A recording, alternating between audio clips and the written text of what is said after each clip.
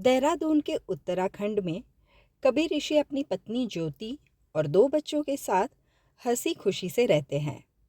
कबीर एक chartered accountant होते हैं। छुट्टी के एक ऐसे ही दिन कबीर अपने परिवार के साथ अपने फार्म हाउस में वैकेशन के लिए जाते हैं। रास्ते में जब वो एक होटल में खाना खाने रुकते हैं, तब उनकी मुलाकात वनराज कश्यप से होती है। वनराज और कबीर के बीच अच्छी दोस्ती हो जाती है और वो उनके ही साथ खाना खाने बैठते हैं।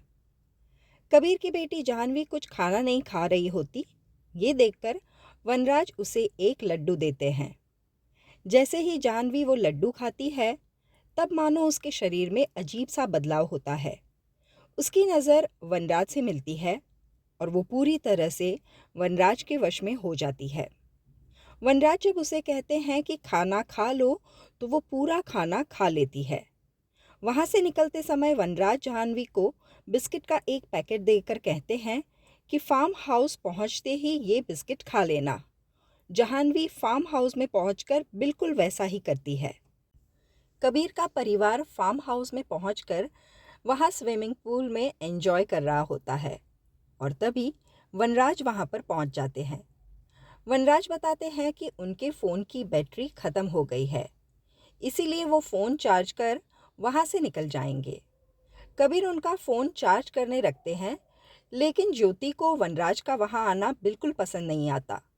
वो कबीर को बताती है कि जल्द ही जल्द वनराज को वहाँ से जाने के लिए कहे। दूसरी तरफ वनराज जाह्नवी से बातें करना शुरू करते हैं। तब जाह्नवी उन्हें अपने बॉयफ्रेंड के बारे में बताती है। तभी ध्रुव आकर जाह्नवी को अपने साथ झूला झूलने बुलाता है। वनराज जाह्नवी से कहता है कि ध्रुव को इतना झूला झुलाओ कि उसकी हालत खराब हो जाए। जाह्नवी भी बिल्कुल कुछ ऐसा ही करती है। वो जोर जोर से झूला झुलाती है। कबीर और ज्योति जैसे तैसे जाह्नवी और ध्रुव को झूले से उतारते हैं और जाह्नवी को उसके गलती के लिए खरी खोटी सुनाते हैं। जाह्नवी को पता ही नहीं चलता कि अचानक उसे क्या हुआ है। ये सब के बीच वनराज भी उनसे बहस करता है। कबीर को वनराज का घर के मामले में दखल देना बिल्कुल भी अच्छा नहीं लगता और इसीलिए वो उसे वहाँ से चले जाने के लिए कहते हैं। जब वनराज कबीर की बात नहीं मानते, तब कबीर उसे धक्के मारकर घर से निकालने की कोशिश करते हैं, लेकिन वनराज जाह्नवी को कहते हैं कि उसके पापा को रोक ले और जाह्नवी बिल्कुल वैसा ही करती है। कबीर और ज्योति को जाह्नवी का ये बर्ताव कुछ भी पता नहीं चलता। तब वनराज जाह्नवी को कहते हैं कि अपने बॉयफ्रेंड के साथ ब्रेकअप कर लो। जाह्नवी तुरंत फ़ोन लगाकर अपने बॉयफ्रेंड के साथ ब्रेकअप कर लेती है। कबीर और ज्योति दंग रह जाते हैं। उनकी समझ में कुछ नहीं आता। वो बस देखते ही हैं कि जाह्नवी वो ही कर रही है जो वनराज कह रहे हैं। वनराज कबीर और ज्योति को बताते हैं कि उसने जाह्नवी को काले जादू के ज़रिए हिप्नोटाइज कर लिया है। अब वो जो भी हुक्म देंगे जाह्नवी वो ही करेगी। वनराज जाह्नवी को खूब जोर से हंसने बोलते हैं और फिर चीख चीख कर रोने के लिए कहते हैं। कबीर और ज्योति अपनी बेटी की ये हालत देख ही नहीं पाते। जब वो वनराज को क्या चाहिए ऐसा पूछते हैं, तब वनराज बताते हैं कि वो अपनी बेटी का दान वनराज को कर दे। ये सुन दोनों चौंक जाते हैं। अपनी बात मनवाने वनराज जाह्नवी से सारे मोबाइल फ़ोन तुड़वा देते हैं। चाय की पत्ती खाने के लिए कहते हैं, अपने पापा को थप्पड़ मारने के लिए कहते हैं और अपने भाई ध्रुव का सर फोड़ देने के लिए कहते हैं। वनराज जैसा जैसा बोलते हैं जाह्नवी बिल्कुल वैसा ही करती है। जाह्नवी ध्रुव का सर फोड़ देती है और ध्रुव के सर से खूब खून बहता है।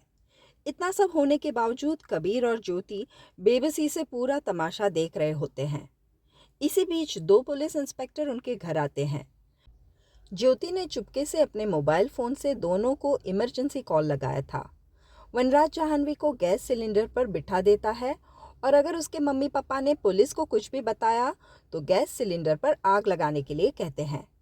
कबीर और ज्योति ऐसे बर्ताव करते हैं कि मानो कुछ भी नहीं हुआ है। कबीर पुलिस को बताते हैं कि ध्रुव ने मजाक में फ़ोन कर दिया होगा और पुलिस उनको वार्निंग देकर वहाँ से निकल जाती है। कबीर वनराज को अपना सारा पैसा देने की ऑफ़र देते हैं और वनराज भी मान जाते हैं। पैसों से भरी बैग लेकर वनराज जैसे ही वहां से बाहर निकलते हैं, तब कबीर और ज्योति को एहसास होता है कि उन्होंने जाह्नवी को अपने काले जादू से छोड़ा ही नहीं। वो दोनों जैसे ही दरवाज़ा खोलते हैं, तब देखते हैं कि वनराज पैसों की बैग में आग लगा रहे हैं। वनराज उन दोनों को बताते हैं कि काफ़ी सालों बाद उम्रा की रात आई है। वनराज को पैसों से कोई भी लगाव नहीं, वो सुपीरियर पावर्स चाहते हैं। वो जाह्नवी को अपने आप को थप्पड़ मारने के लिए कहते हैं। जब वो पूरी तरह से थक जाती है, तब वो उसे नॉन स्टॉप नाचने के लिए कहते हैं। ज्योति अपनी बेटी की ये हालत देख नहीं पाती। तब वनराज जाह्नवी को हुक्म देता है कि अगर उसकी माँ उसके पास आए तो चाकू से उसका गला काट दे। वनराज को नींद आती है और वो जाह्नवी को आदेश देता है कि कोई भी उसके पास आए तो उसका गला काट दे। जब कबीर जाह्नवी के पास जाने की कोशिश करते हैं, तब जाह्नवी अपनी पैंट गीली कर देती है। ये देखकर ज्योति वनराज से खूब मिन्नत करती है कि उसकी बेटी के कपड़े बदलने दिए जाए, पर वनराज उनकी कोई भी बात नहीं मानता। जैसे तैसे करके कबीर और ज्योति वनराज पर हमला कर देते हैं, उसे मारने की कोशिश करते हैं। लेकिन तभी वनराज जाह्नवी को हुक्म देते हैं कि वो हंसती रहे। फिर वनराज कबीर से कहते हैं कि अगर उन्होंने वनराज को मार दिया तो जाह्नवी ऐसे ही हंसती रहेगी और तब तक उसकी सांस नहीं निकलेगी। ये बात सुनकर कबीर वनराज को छोड़ देता है, लेकिन वनराज जाह्नवी को हुक्म देता है कि ध्रुव को मार दे। जाह्नवी ध्रुव को मारने की कोशिश में उसे टेरेस से गिरा देती है। ध्रुव की हालत बहुत खराब होती है। कबीर और ज्योति को ध्रुव को बचाना होता है और इसीलिए खूब मजबूर होकर वो वनराज को जाह्नवी को अपने साथ ले जाने की इजाज़त दे देते हैं। वनराज जाह्नवी को लेकर वहां से जंगल की ओर चले जाते हैं। तुरंत ज्योति ध्रुव को कार में बिठाकर हॉस्पिटल की तरफ निकल पड़ती है। जब ज्योति ने वनराज पर हमला किया था, तब कबीर ने उनके फ़ोन में ट्रैकर एक्टिवेट कर दिया था, जिसके जरिए वो लोकेशन ट्रैक कर वनराज के जंगल वाले घर में पहुंच जाते हैं। वनराज ने जाह्नवी जैसी 107 लड़कियों को अपने वश में कर रखा था। उम्रा की वो रात वो सारी 108 लड़कियों को अग्नि में दहन कर ऐसी शक्ति प्राप्त करना चाहता था जो पूरी दुनिया को उसका गुलाम बना दे। कबीर जैसे तैसे सबसे लड़कर आखिर वनराज से लड़ने आते हैं। तब वनराज उसे घायल कर अपनी आखिरी चाल चल रहा होता है। तभी कबीर उनकी जुबान काटकर अग्नि में डाल देता है।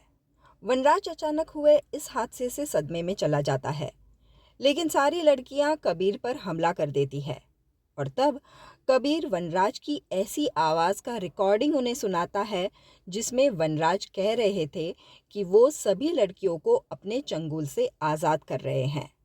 वनराज की ये आवाज़ सुनते ही सभी काला जादू से हिप्नोटाइज लड़कियों को होश आ जाता है। कबीर उन सभी लड़कियों को उनके परिवार से मिला देता है। पुलिस कबीर को आश्वासन देती है कि वो जल्द से जल्द वनराज को पकड़ लेंगे। इस पूरी घटना को 1 साल बीत जाता है।